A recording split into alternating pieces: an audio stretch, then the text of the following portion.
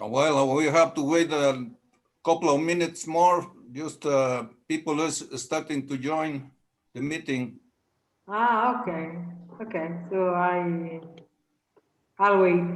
Yeah, Tell they me were waiting for the opening of the link, I think. Okay, Yes. you tell me when I can start, but maybe you can They are stop the already in. registration. They are already Miguel. in. They were in the waiting room. So now, if you want to start, they are already 36 people in there. You have to tell me when I have to start. It's up to you. Yeah, yeah.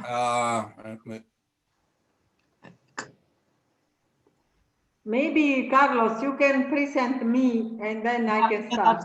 Yeah. What? You can introduce me. Yeah, well, Okay. now I think we have almost 50 people or more. Yeah. But there is a way to look only to Anna while I am presenting her or not. Yeah, we No, need to, it's okay. to turn off our cameras. What? Everybody needs to turn off the camera. So Anna is the only one. Well, and myself. Yeah. Yeah, yourself, yes.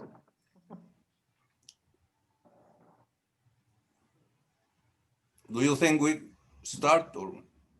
Yeah, let's start. Everybody is listening now in the room or not? They can talk, but we can hear you. Yeah. So go ahead. Yes, you may start. Yeah, I think so, yeah.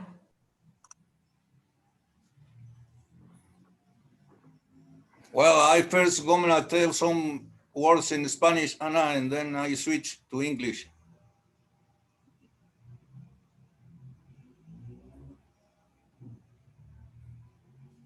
Ya, hola a todos en la sala. Vamos a iniciar esta conferencia y la vamos a iniciar en inglés. Así que me voy a cambiar a presentar a nuestra invitada de hoy y la voy a presentar en inglés. Nada más una invitación que las preguntas que vayan a hacer las hagan en el question and answer opción escritas o en el chat. Así que, okay, let's start.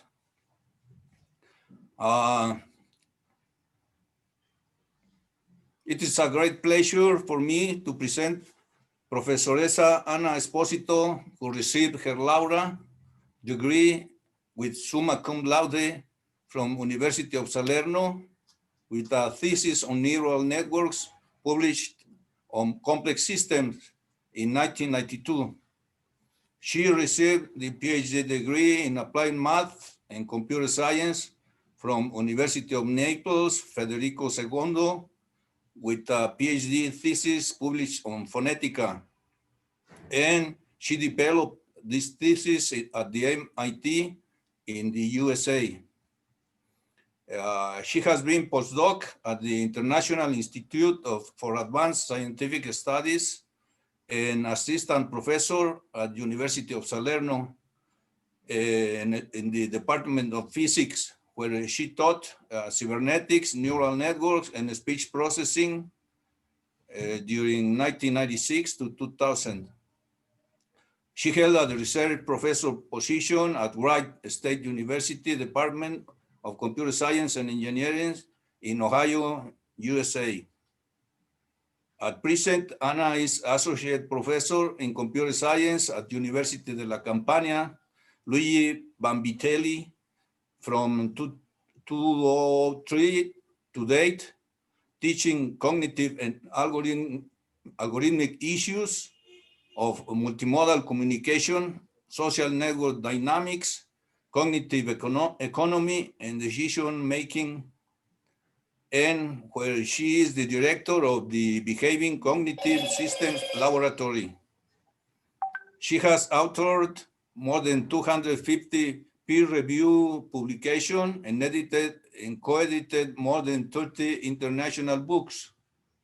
Currently, The lab is participating to the Age 2020 funded projects Emphatic and Menhir, and from the National Italian funded projects C Robotics and Androids. I just like to add that I had the opportunity to work under her direction during a 1-year postdoc year stay at IAS in Vietri sul Mare, a beautiful place in Italy. So it is an honor for me to be introducing her for you. I leave you with Professoressa Ana Esposito presenting needs and challenge in processing social information.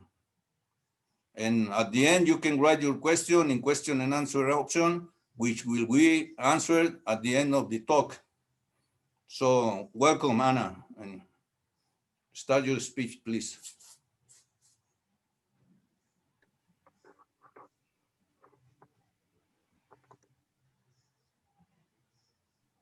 Okay.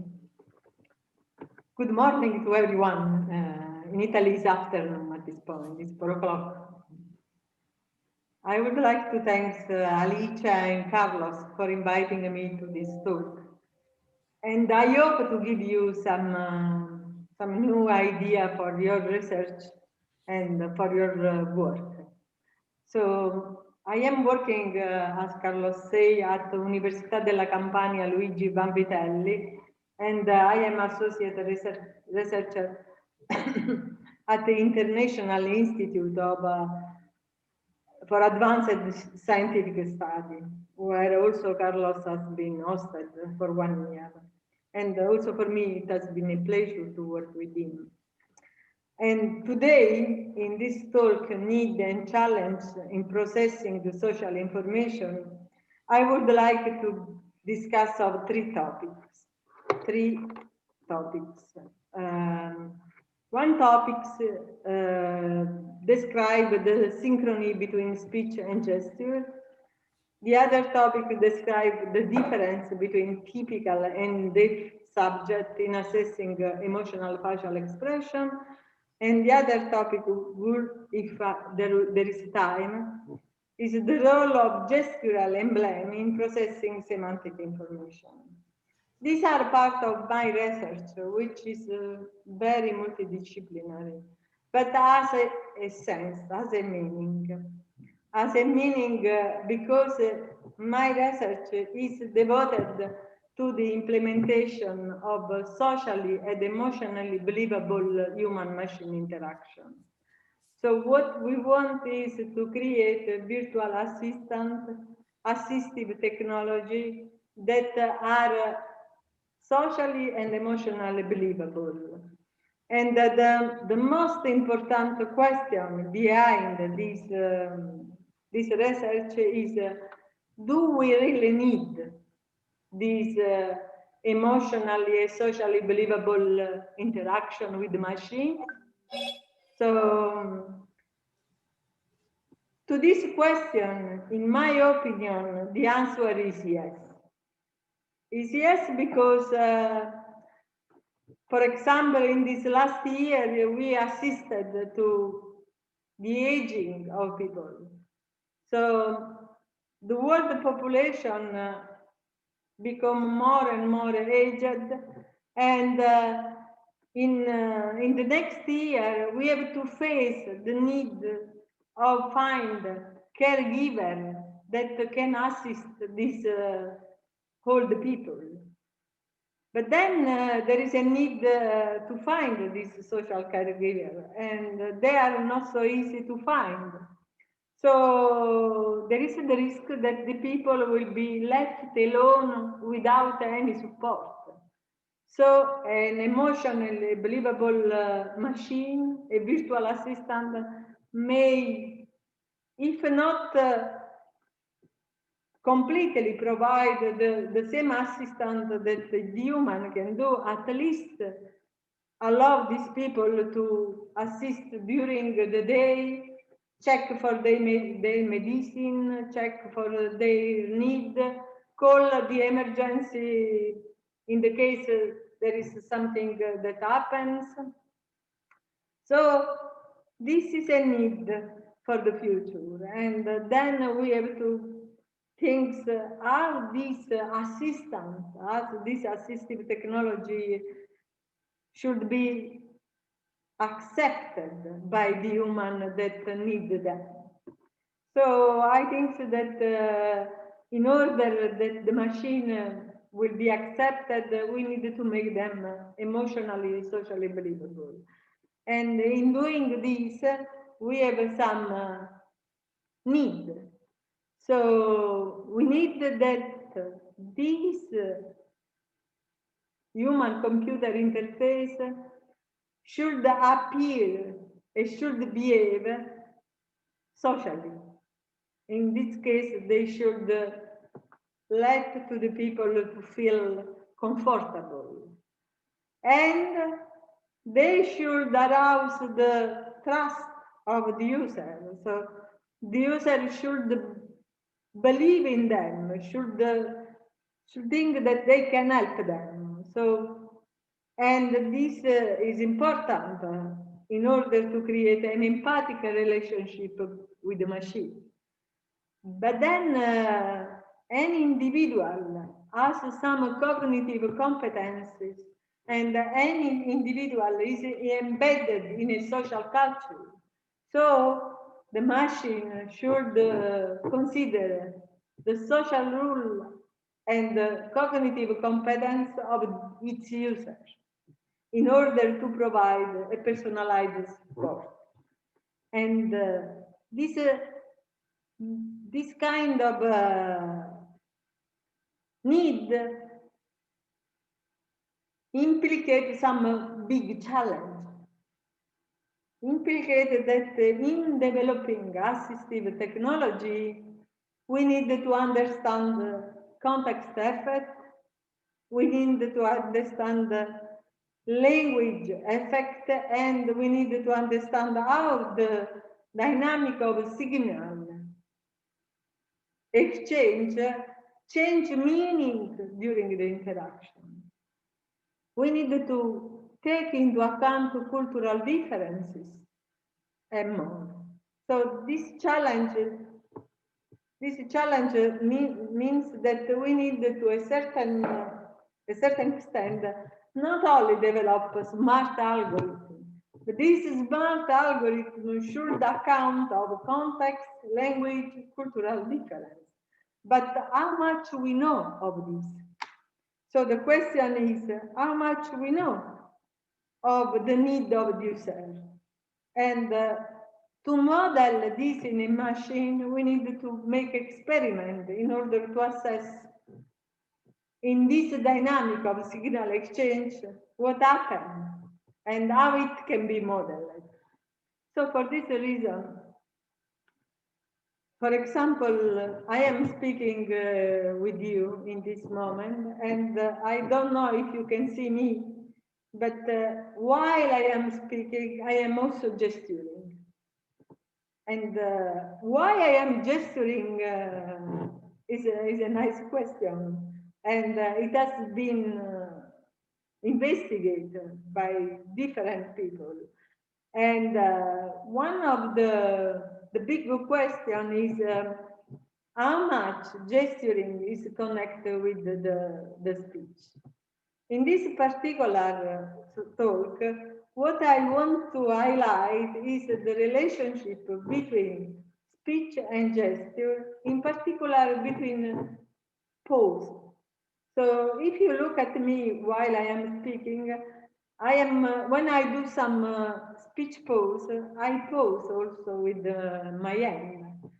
And this means that there is something that put me in a condition to connect, to synchronize together my gesturing with my speech. So what is the role of this gesturing during the communication? And then once we have find this, the idea is if there is a synchron between speech and gesture, how it developed during the childhood.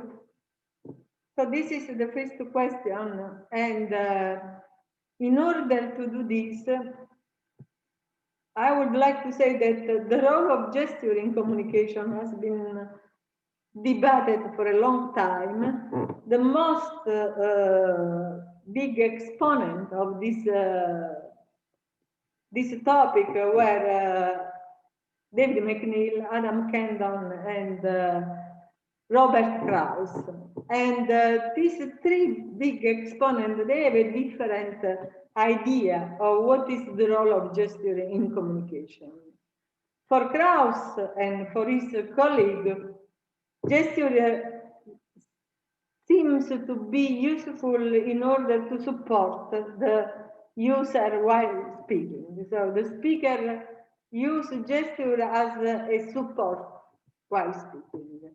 But then McNeill and Kendon, they didn't agree on this vision of gesture, and they think that gesture have the similar pragmatic and semantic function than speech. So we cannot assign to gesture a secondary role to the speech. But this debate has never ended and is still discussed. So in order to find some support to one of these two theories, we started an experiment. And our experiment, instead of considering speech, we're considering what we call the pause that we do during speech. So there is the speech pause, the pause that we do during the speech, are a multifunctional and multi-determined phenomenon, because they solve a lot of functions. They solve the function to give a break to the listener in order to understand the speaker. Because if the speaker speaks without never stopping, the listener gets too much tired. But they have also the function of structuring the discourse, and they may have also another function, a cognitive function, which is associated to the effort, the cognitive effort that the speaker does in order to communicate its own thinking. But the pause are a very complicated phenomenon, and inside the gesture, inside the gesture, we were looking if there is something similar to speech pause in the gesturing. And we were looking for something that is similar to the pause we do in speech. And once we have found this entity, we were trying to figure out if they are synchronized with the speech, and if there is any difference between children and adults. Why is that? You may imagine that you are speaking with your virtual assistant, and your virtual assistant is telling, okay, take that, is making a deictic gesture, in the case indicating something. If we say take that and then do the gesture, it looks strange to the people. It's not usual if there is no synchronization. So we need to know how this aspect in communication evolve in order to make our system similar and naturally interacting with humans. So in this context, we do some experiment, and the experiment involved 6 female children, very close in the age. They were 9 years old, and 4 adults. And then we asked them to watch a cartoon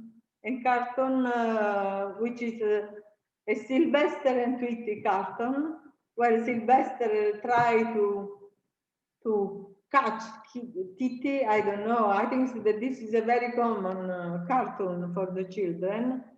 So the cat tried to catch the bird and is always spoiled by the bird.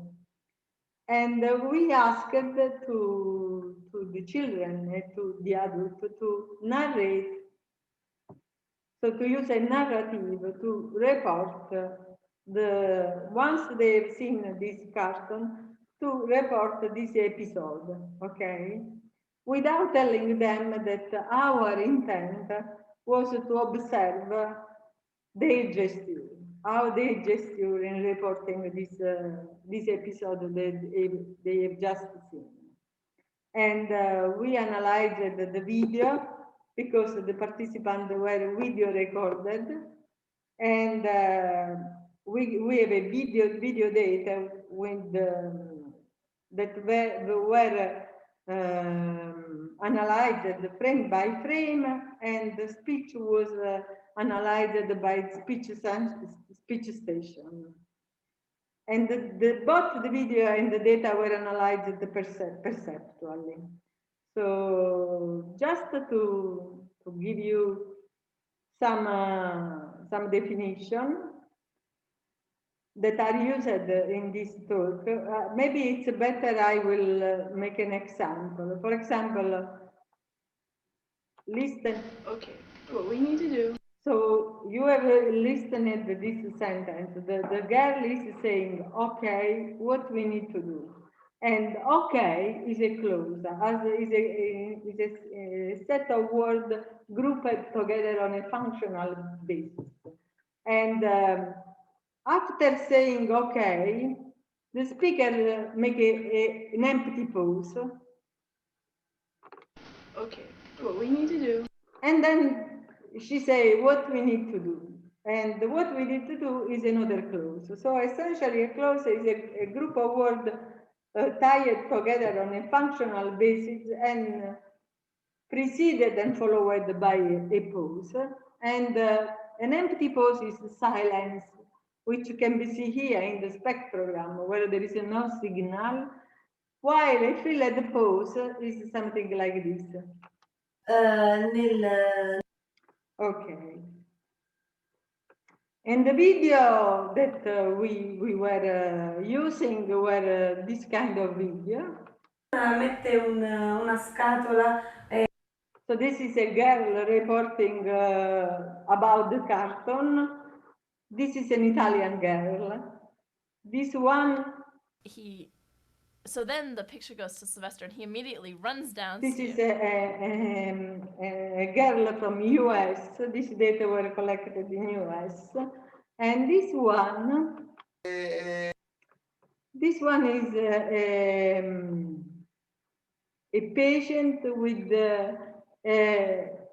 Wernicke aphasia.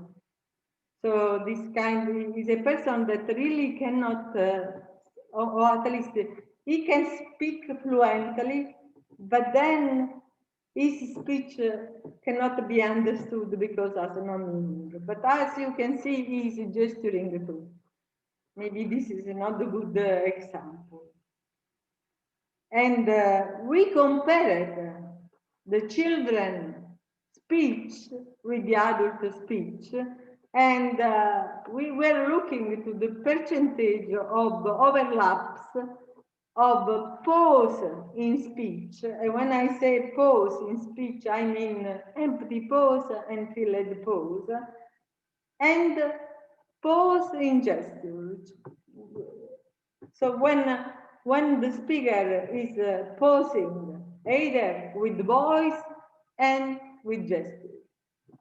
And you can see that the children, the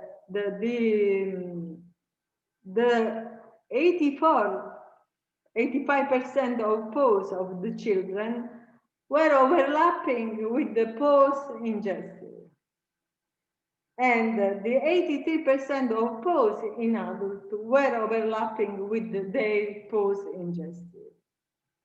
So this is something very, very strong. So pause in speech and in gesture are to a certain extent if not strongly synchronized, but sufficiently synchronized to say that they happen in the similar moment. So the statistics say that the correlation is strong, and the ANOVA analysis find that there are no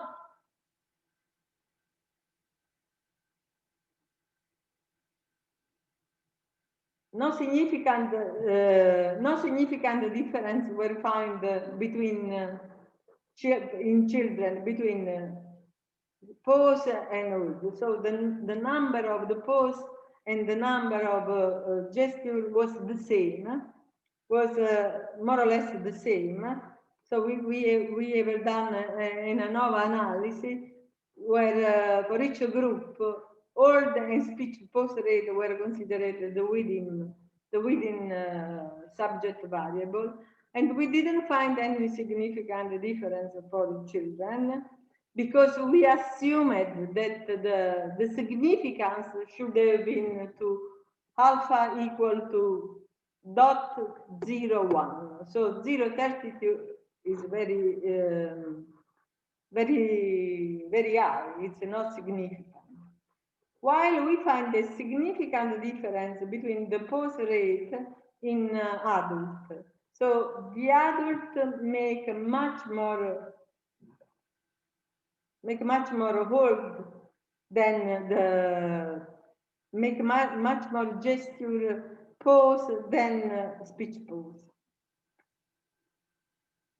So we try to figure out why this is that, and what is the role of speech pause and gesture pause.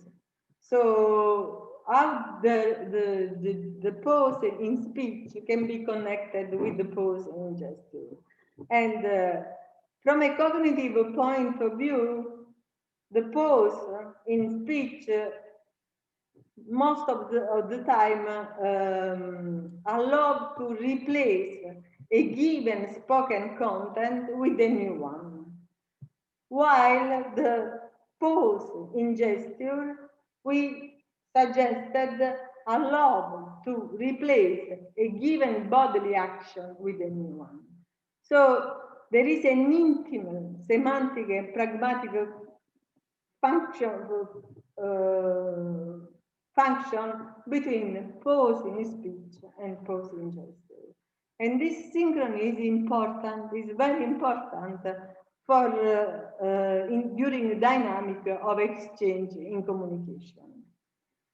Okay, I don't want to go in this detail. I want just to tell you one more result that we get from this data was we repeated this experiment involving children from 9 years old, children from 5 years old, and children from 3 years old. So we do a comparative study along the years to see when this synchrony happens.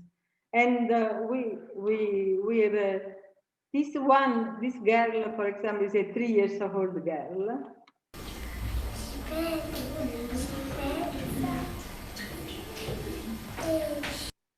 So I want to, this is a moment where the girl is making a pose. This is, okay, doesn't matter. This is a 5 years old boy and this is a 9 years old girl. But the statistics say that there is a correlation between pause in speech and pause in gesture for 3 years old children. There is a correlation for pause in speech and pause in gesture for 9 years old children and for adults. But for 5 years old children, we didn't find a correlation. So this was a strange result. And we tried to find an explanation, a meaning, which was associated with the theory of mind, because the theory of mind say that at 5 years, between 4.5 and 5 years, the children acquire the conception of the belief of the other people. So they really started to feel the other and things how they can how the other behave. So maybe in this phase of the grow, they feel more shy because they become protagonists of the world with the consciousness. They acquire some social consciousness. So this was our explanation, but a lot needed to be more investigated. And among the things that I think need further investigation is the relevance of speaker and listener in patterning speech and gesture pose, and the role of speech and gesture in signaling engagement and disengagement of the speaker.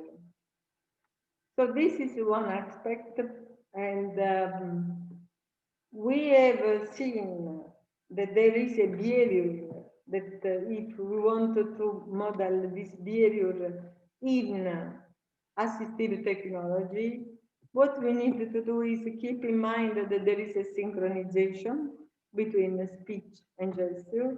What we need to do is to make this synchronization believable in order to have a fair human-machine interaction. Okay, so this is another topic in which we are assessing deaf people, checking how they are able to recognize emotional phase. Why we were using that subject? There is a reason here. The sign language, when you communicate through sign language, you use face to express some aspect of your message. So in sign language, face bring kind of semantic information, not only emotion, but the face is used as a sign too. So in this context, we were imagining that if you use a sign language, your emotion should be, your template of emotional phase should be different. And so we were checking this with an experiment. And the experiment involved 14 deaf subjects, 8 female, and 14 hearing subjects, 6 female. The age was more or less similar between the subject, and the education was more or less the same. And this subject were asked to, okay, we have this emotion, happiness, sadness, anger, surprise. This is a public available database, fear and disgust. This is called the Rabo database and was made public in 2010. And he has a frontal and left and right face. So you can use them either in a frontal way, but we take only frontal stimuli. And we consider the 6 basic emotions that were sustained by Ekman. So the emotion of happiness, sadness, surprise, and disgust. And these are examples, but for example, for happiness, we consider 2 male and 2 female. For sadness, 2 male and 2 female. Anger, 2 male and 2 female, and so on. Each subject was tested individually in a private room, and the deaf people were debriefed by a qualified interpreter, because for us it was difficult to communicate with the deaf people without sign language.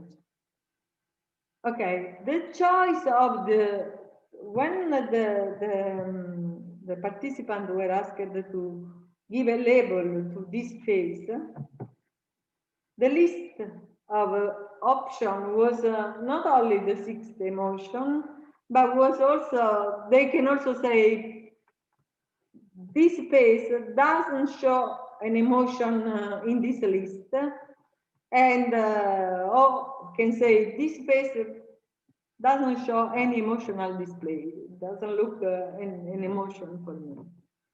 And the participant, both the participants have to rate, have to assign a label to the phase, one of these labels, and also evaluate the intensity degree of the expressed emotion. Starting for 0, there is not an emotional intensity. To 9 is a very intense emotion. This phase is expressing this emotion very intensely. Okay, so there are some things that are tricky in this experiment, because this is not a forced choice experiment. So this is because the participant is not forced to choose only between the 6 emotions that we have, but is much more free to say, no, for me this is not happiness, rather is another emotion which is not in the list. And can also say, for me, there is no emotion in this space, which is much complicated and did not ensure, and I may affect the recognition accuracy. This is the confusion matrix of the data. So in the upper you have the depth, and in the top you have the depth, and in the bottom you have the typical hearing subject. And on the diagonal of this matrix, you see the correct label, the percentage of correct label attributed to the emotion. And on each row, you see, for example, sadness is correctly identified by the deaf for 50% of 50%. Is confused with happiness, but only once. Is confused with fear, but then most of the time, sadness is interpreted with another emotion by the deaf, or with the no emotion. Happiness is the most accurately recognized, but even is confused, the rest of happiness is confused with another emotion, and so on. The emotions that are not, so you can see here, there is something in this yellow part where the recognition of this phase didn't even not reach the 50%. And this is for fear, for disgust, surprise, and anger. The hearing people do much better in this case. So fear, disgust, surprise, and anger are differently recognized by the deaf with respect to the typical hearing people.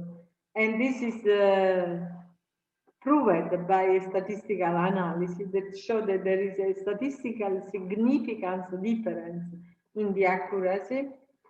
And you can see in this graph the hearing subject are in red. I think so there is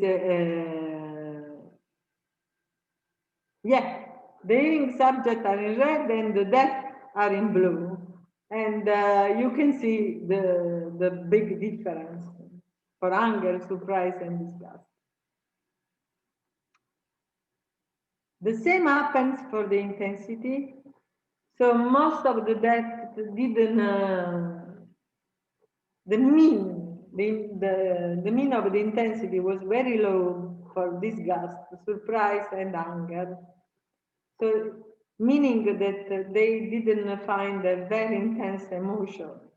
Not only they acknowledge this emotion, but when they acknowledge correctly this emotion, they attributed to this emotion an intensity very low. Meaning that the face did not express significantly this emotion, so they find difficult. And this is the same here in the graph, but this is proved to be statistical significance. And then this result tell us something very, very interesting. So if the user of an assistive technology is deaf, you should not expect that showing the same emotional face that you are showing to a typical hearing person, he react to the same way. In particular, he may not understood the emotion of surprise or disgust, anger, and fear, because and even be less good in acknowledging emotion of sadness, for example, or happiness.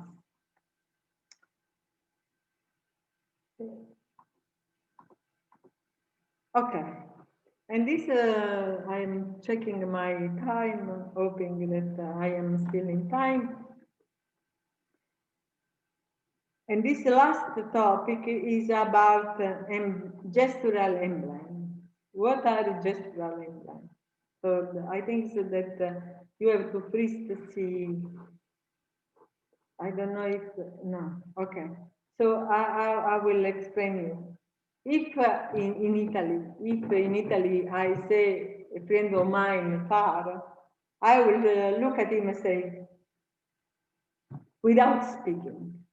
This gesture is an emblem. He has a linguistic meaning without using speech. But then people, most of the time, say, come on, come on. So they use both the speech and the gesture. It seems that this is a redundancy. The emblems are not the same in all the cultures. For example, this emblem here, which means shame, is not an emblem of the Italian culture. We don't have this emblem, but it is strongly used in US culture. A lot of American friends, when they want to kid me, they say, shame on you, and do this gesture. And at the beginning, I was always telling what is all about. So emblems are shaped by the culture, are used intentionally, and most of the time are redundantly used. Why humans are using this redundant information?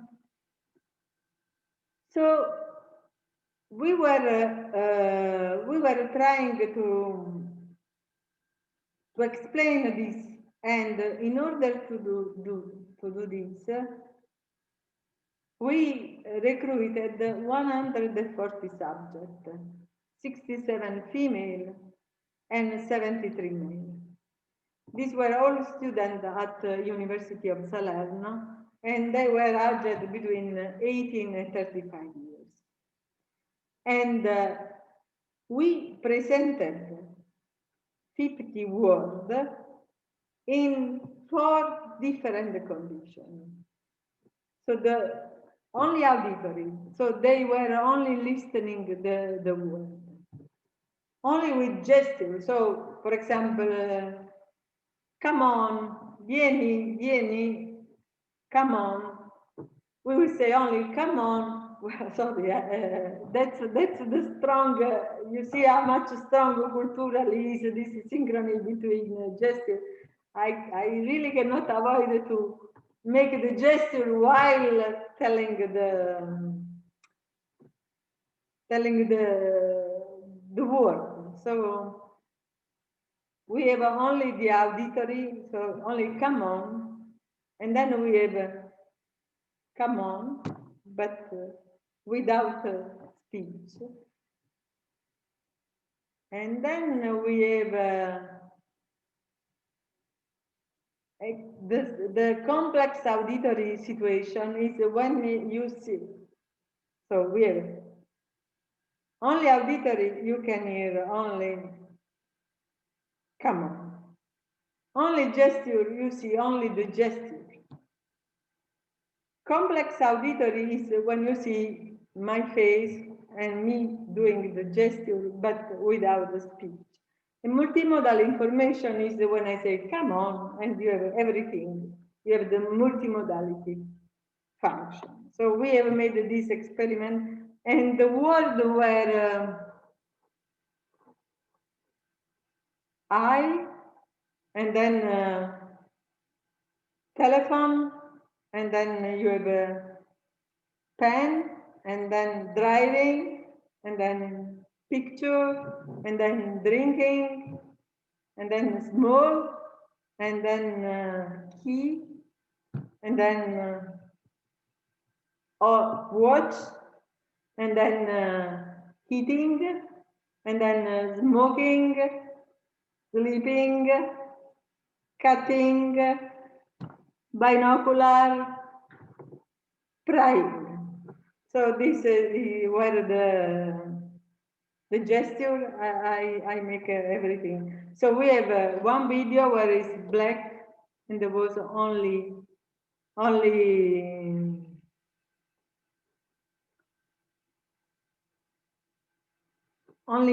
listening. Then we have only the gesture.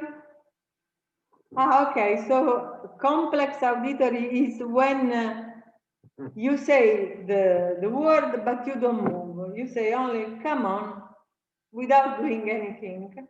And then you have the multimodal, which is the complete. So I was wrong in the other explanation.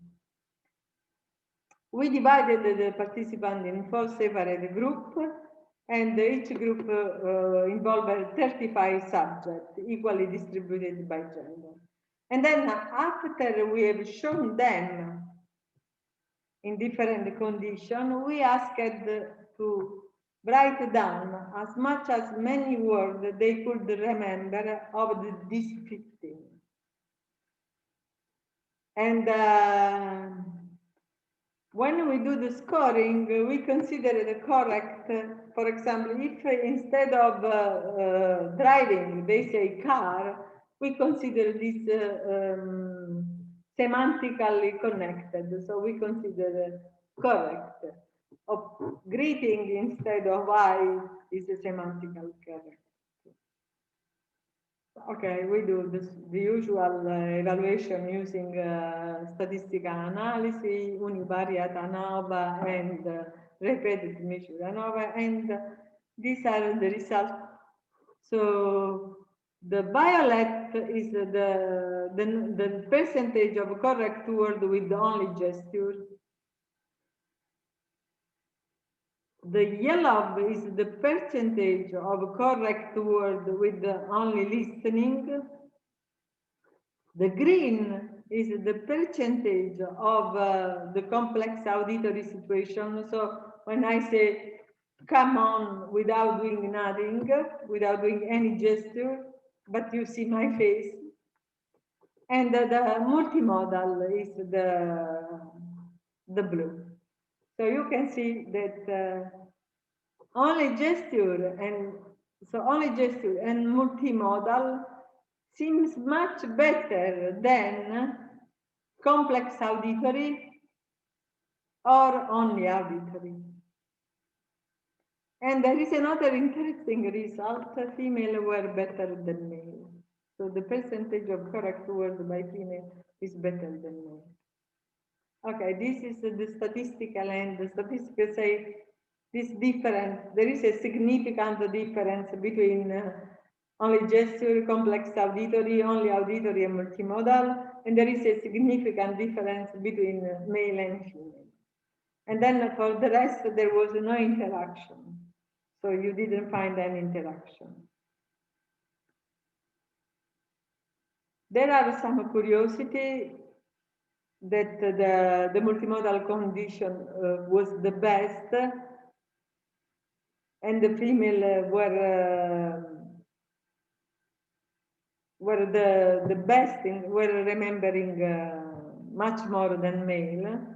And one of the curiosity was that the word I was one of the words that was recalled by most, and the word K was the less recalled. Okay. So now you were thinking this lady is doing some joke with her experiment, but what would be the meaning of all of this? So clearly you have seen here that there is a difference when you use come on with respect to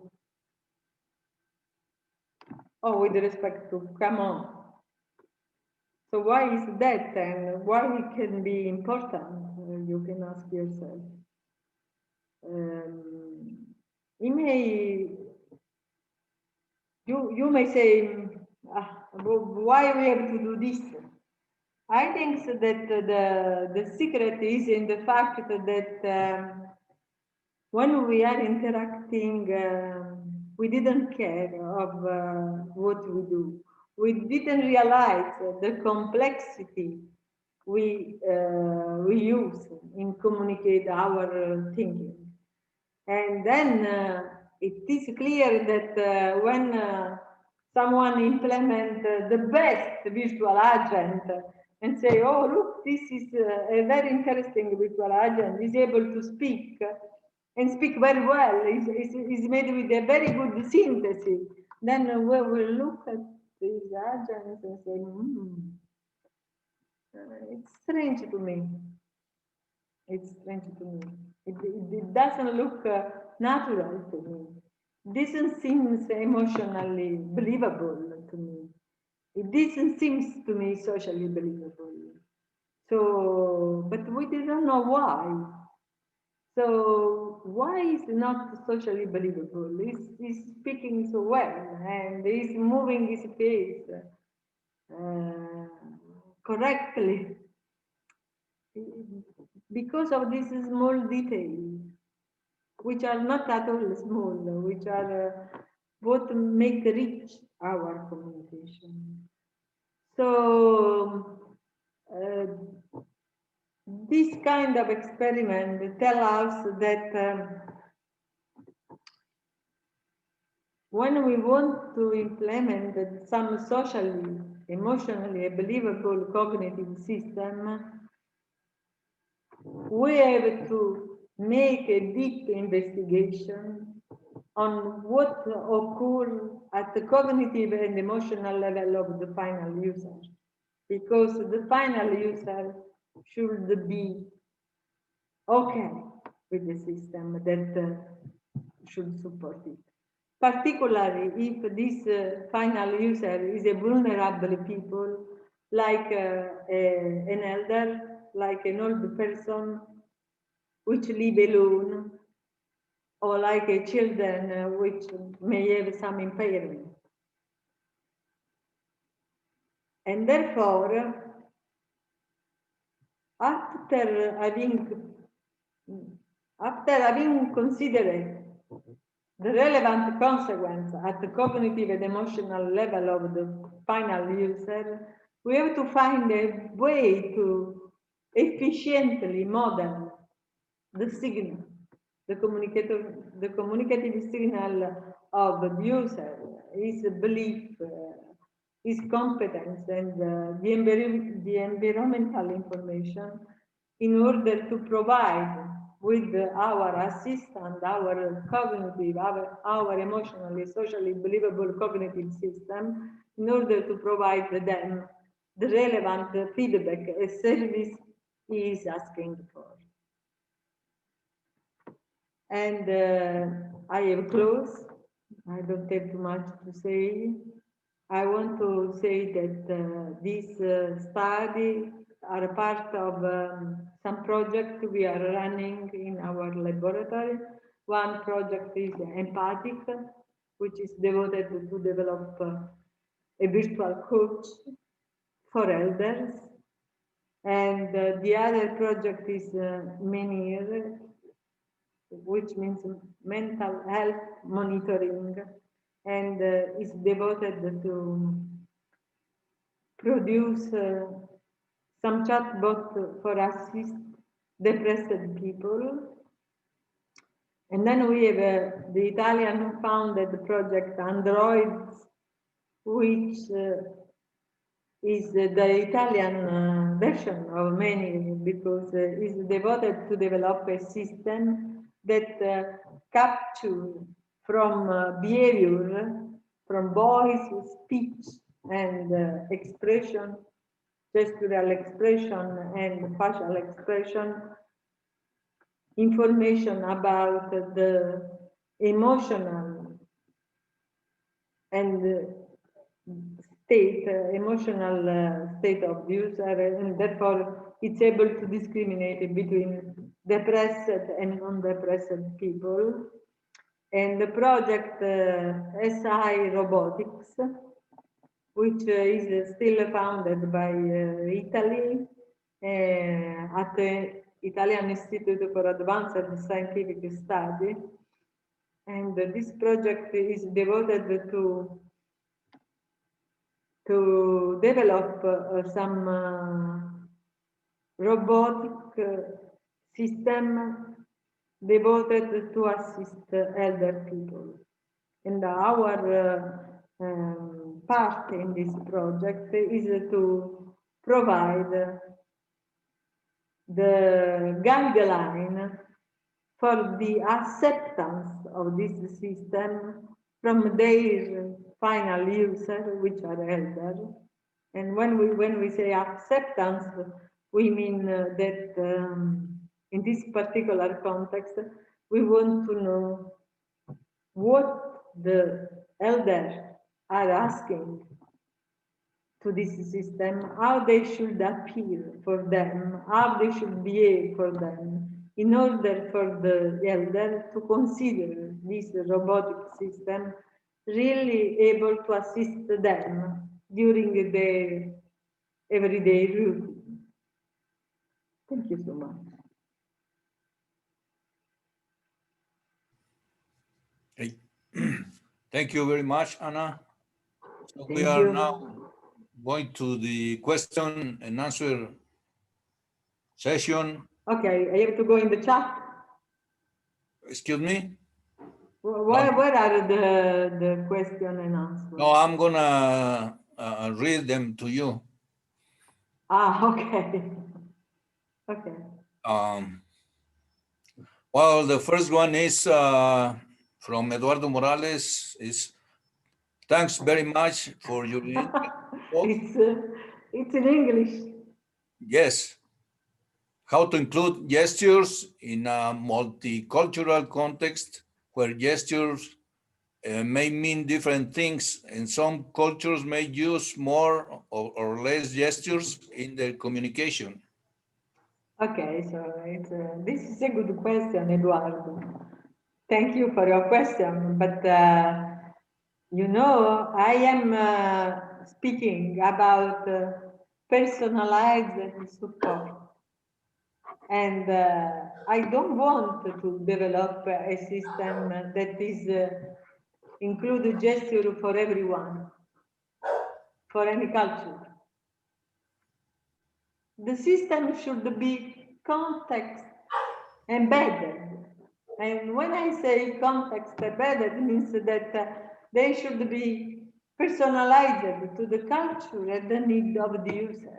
So if the user is from Mexico, I would not expect that his gestures are the same than from Italian. So there is a need to study which are the gestures that the Mexican use for discussing, which are the gestures that the Mexican use for communicating, which are the emblem, the most important. Some may be shared in a multicultural way, some may not.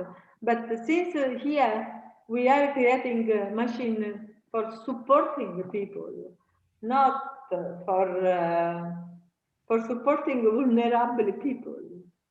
So we want that they feel comfortable with the system. So in a multicultural environment, I may not use all the gestures, but I will use for each cultural environment the right gesture.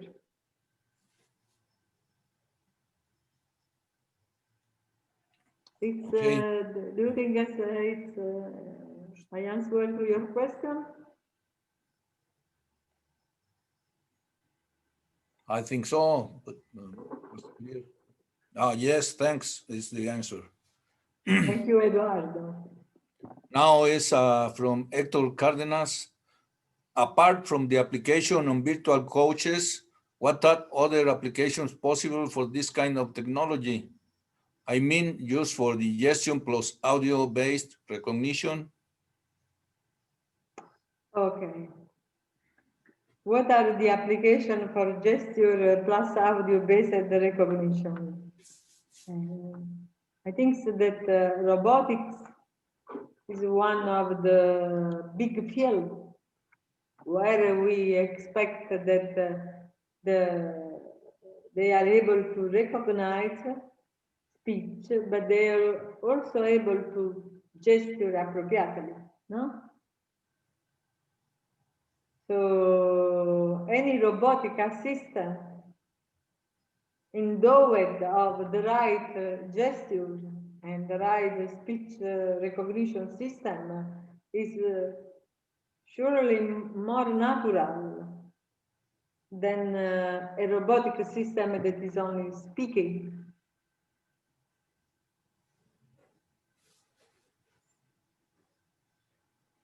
Okay. So it was answered the question, Hector. Hector, it's okay for you? He say yes in the Yeah. chat. Okay, Thank There is you. a question in the chat, Carlos Alberto, in the chat. from Aldo. Wait.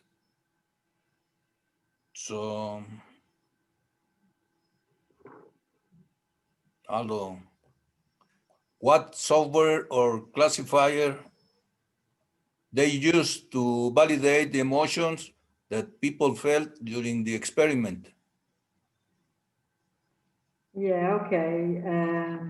I think so that the experiment I show you were not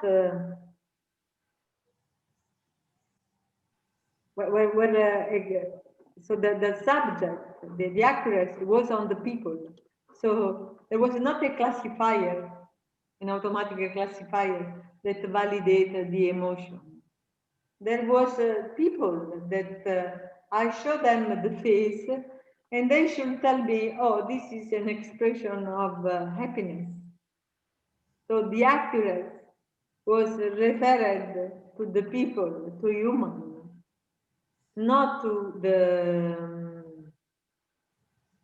not to the, was not automatic.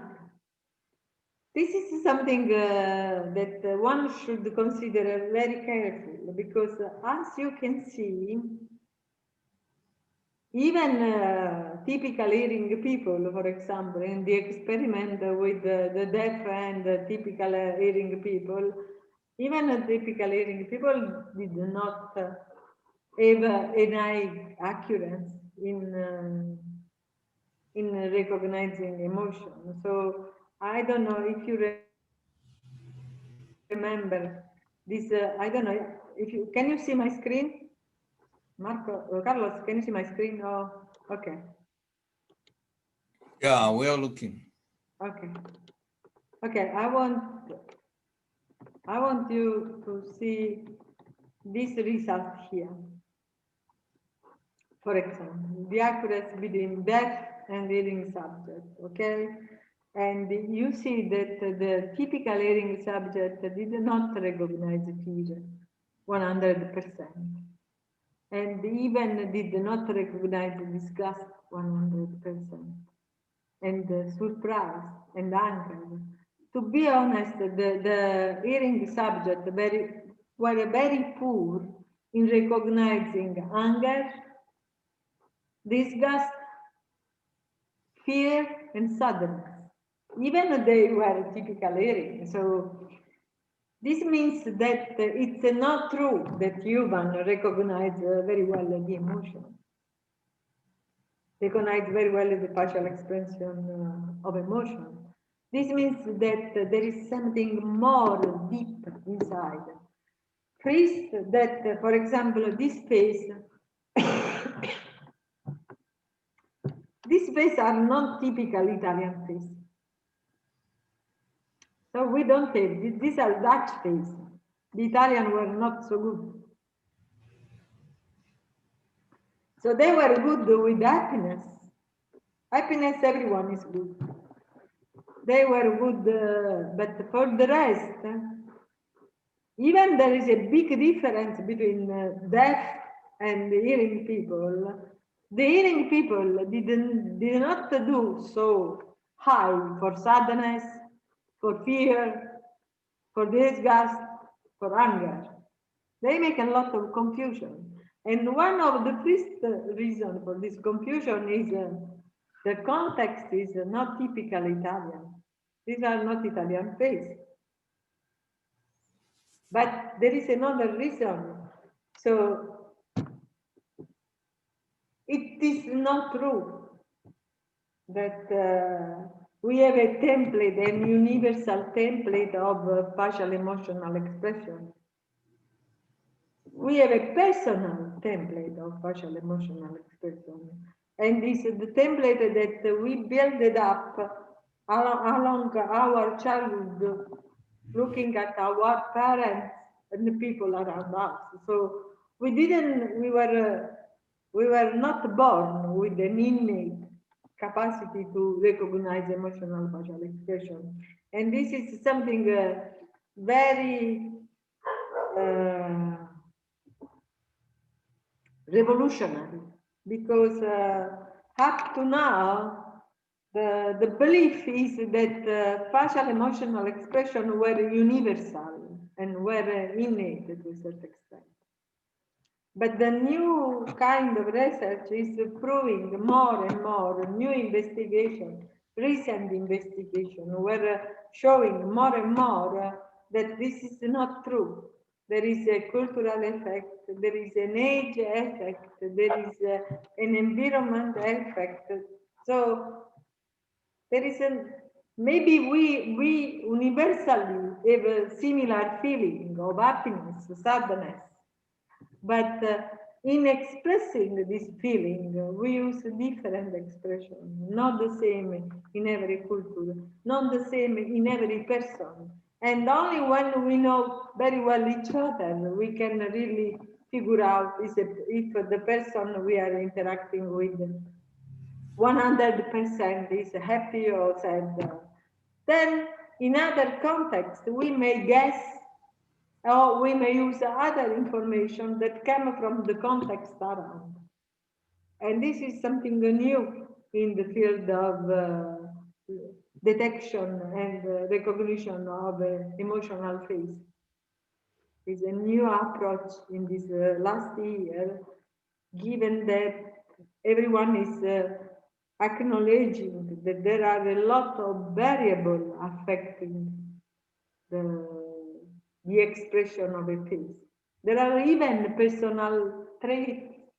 Some people are extroverts and they show their own emotion. Some people are very introverts and they did not show their own emotion. So it's difficult to figure out what they feel. Okay. But the question was on the software and the classifier you used for that experiment. But I didn't use a classifier. These were human beings. Okay, you didn't use any classifier. No, this data came from human beings, Okay. human subject. Well, another question from Horacio. So the classifier would be very, sometimes in this case, automatic classification is better than human. Well, sometimes, yes. Not always. Well, another question is, how long it took to carry on this research? Okay, this research take time to be carried out, because when you deal with human, you have to deal first of all with ethical issues. Involving human in the experiment require the approval of ethical committee and require that you present first of all a request to the ethical committee of your university that allow you to perform the research. So this is the first, and then you have to find the subject, and then you have to be sure that everything, privacy, anonymity is kept, and there is no danger for the people. And then you have also to establish the setup of the experiment. So this kind of experiment working after the ethical committee approval may take from 6 to 8 months to get to the final result. But depends also on the number of subjects you are involved in. Okay. Now from Miguel Mora, probably you know him. What can you share about gesture synchronization in family? Gesture synchronization in family. Yeah, I understand. Gesture synchronization in family. Maybe Miguel want to say that in close people, some gestures are the same. So, for example, otherwise I didn't understand the question, because gesture synchronization in family, what means for Miguel? Probably what some personalized gestures used in the family, not common for all other people. But this is not a gesture synchronization. This is a gesture code adopted by a community. Yes. It's different. It has nothing to do with the synchronization of gesture while speaking, for example. It's a code. Like sign language is a code adopted by deaf people in order to communicate between them. Okay, yes. Well, one more from Jaime is one of the objectives in the future for these studies is the identification of depression through facial gestures and from the voice to be implemented in robots or systems or intelligent systems that can be used for companion persons with these diseases. Well, the question is in Spanish. I am trying to translate. Probably it is related to the use of this kind of experiments, if they can be used for identifying depression or through the facial gestures, or also to be implemented in robots?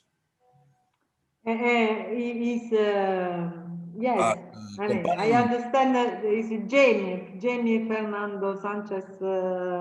This is the question. I think. You're watching the question, so.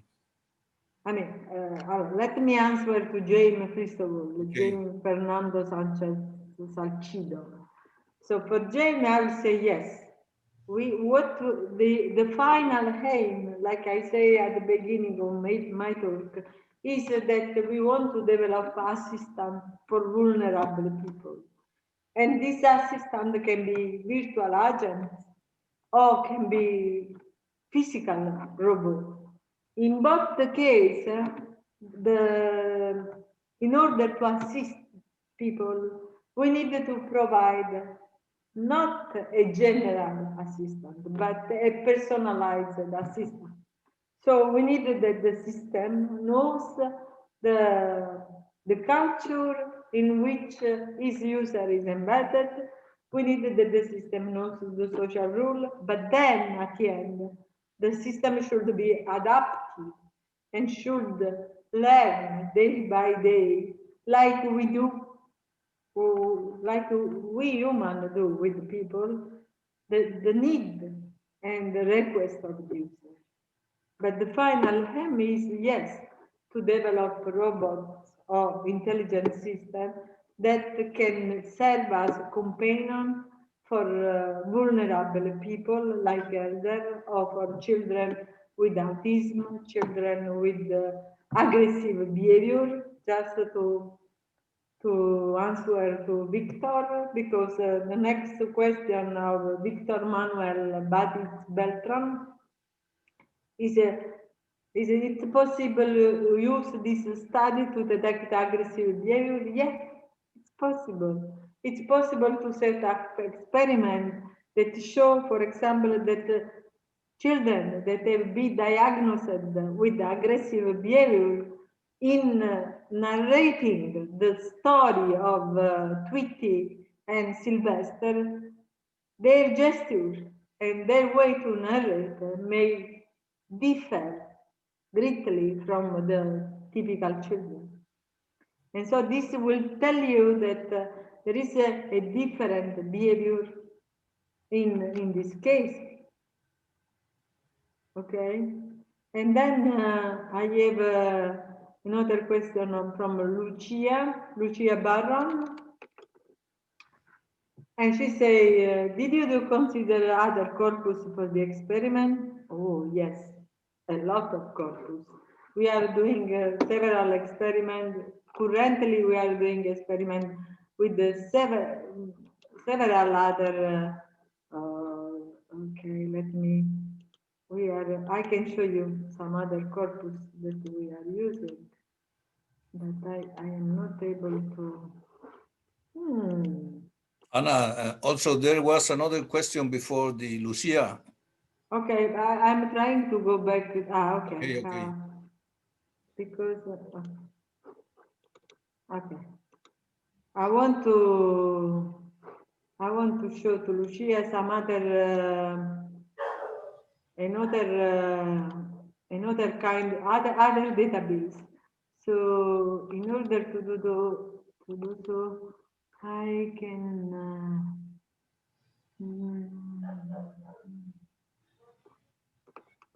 I can show. This was a talk that I was giving yesterday to another conference. Okay, and there's. Can you see? Can you see the? No, you are not sharing the screen. Okay, so. Okay, that's one thing that I asked you. I want to say. Okay, so I will share the screen. Where I am. Okay. This is another talk. Now you can see? No? Can you see the screen? Yes. Okay. And so these are some agents, for example, with a personality. These are some other agents with different personality, but I want to show you another thing. So no, it's not here. No, it's not. Okay. Okay, wrong presentation. um,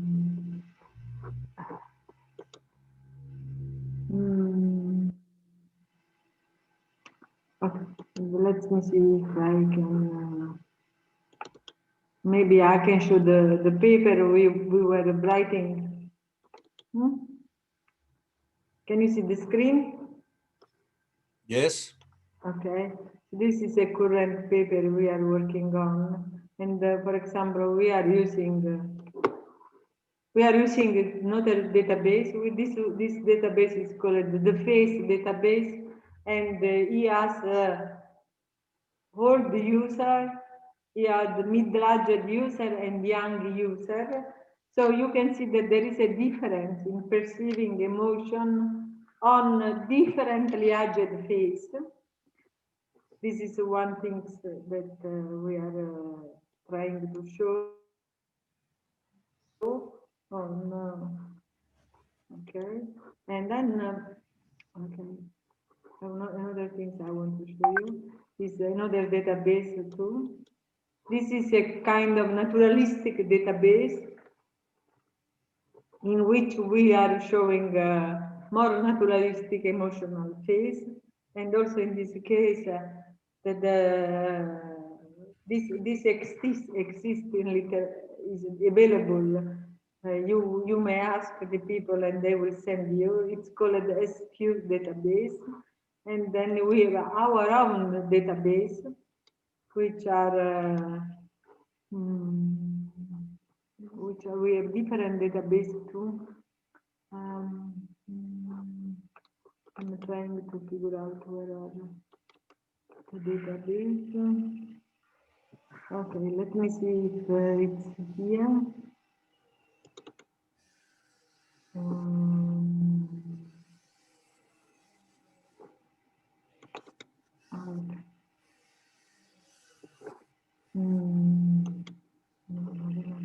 me see.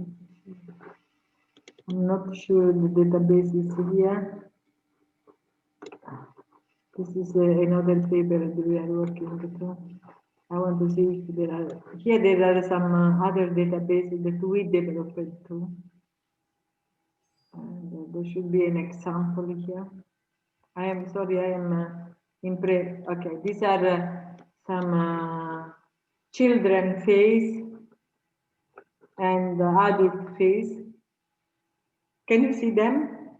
No, Anna, we are watching virtual agent acceptance by elders. Okay. So... But I think we need to finish because... okay. Okay, in any case, there are... You can see the... Can you see me now? You can answer there later. Okay. We can send them to you. Okay. Okay, my email, any case, my email is Anna. So